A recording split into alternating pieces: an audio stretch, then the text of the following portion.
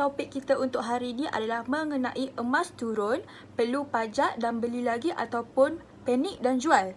So, Alhamdulillah, emas berjaya merekodkan penurunan sebanyak 240 per gram pada emas 2021 yang lalu.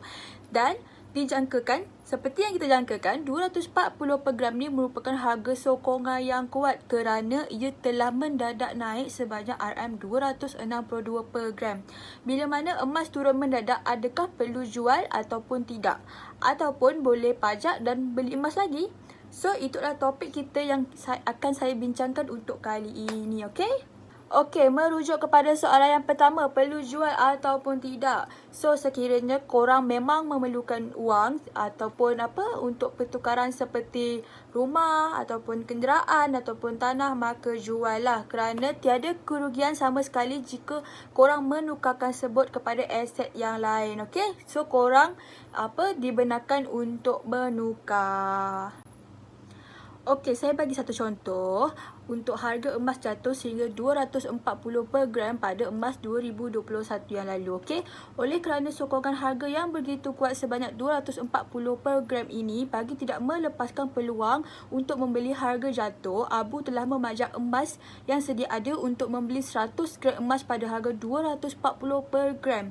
Okey, sememangnya Abu ini mampu saja untuk membeli emas itu secara tunai, namun keadaan semasa yang telah menyebabkan beliau tidak mempunyai lebihan wang tunai. Oleh kerana itu, beliau mengambil keputusan untuk memajak emas yang sedia ada dengan perancangan untuk menebusnya sedikit demi sedikit. Contoh yang diberikan kepada Abu merupakan perancangan yang wajib untuk pembeli ada sebelum memajak emas sedia ada untuk membeli emas yang baru. Okey, lihat kemampuan korang semua dan rancang untuk menguruskan emas korang yang sedia ada sekarang and yang bakal ada. So, korang kena faham mana yang korang patut lakukan pada situasi yang berlaku pada diri korang lah. Korang kena tentukan yang mana sepatutnya korang buat dan mana korang tak perlu buat pun. Okey, sekiranya korang ingin menjualnya kerana untuk saham ataupun pendidikan anak-anak ataupun pendidikan diri sendiri, maka juallah juga, tiada masalah. Namun sekiranya korang menjualnya hanya kerana panik harga emas turun mendadak, saya nasihatkan jangan sama sekali. Kerana emas ini akan naik tidak sedikit, mungkin banyak menjelang akhir tahun nanti, okey? So, korang kena buat pilihan yang betul. So, oleh itu, sebelum korang nak jual korang punya emas tu, korang kena tentukan kenapa sebab dia korang nak jual emas korang tu. Bahkan sepatutnya masa korang nak beli tu pun, korang kena tanya dekat diri korang, berapa lama korang nak simpan emas tu? Sebab emas ni adalah return of investment. Bagi emas mengambil masa paling kurang setahun untuk mencatatkan keuntungan melebihi belian yang korang beli tu. Dan ia juga mengambil harga susut nilai juga, okey? Okey, untuk soalan yang kedua adalah boleh pajak dan beli emas semula. Okey, kalau yang ini adalah bergantung kepada kemampuan korang sendiri.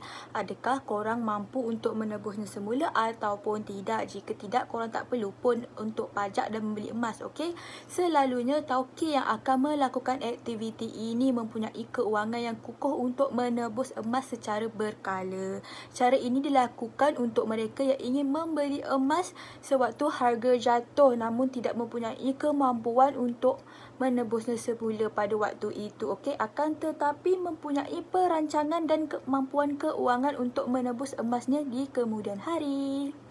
Okey, itu saja untuk kali ini. So, saya harap korang semua faham apa yang saya cuba sampaikan dan korang dapat membuat pemilihan yang tepat, sama ada korang nak memajak ataupun korang nak beli baru. So, korang dah faham dah situasi mana yang korang perlu lakukan. Okey, itu saja untuk video kali ini. So, kita jumpa untuk next video lah.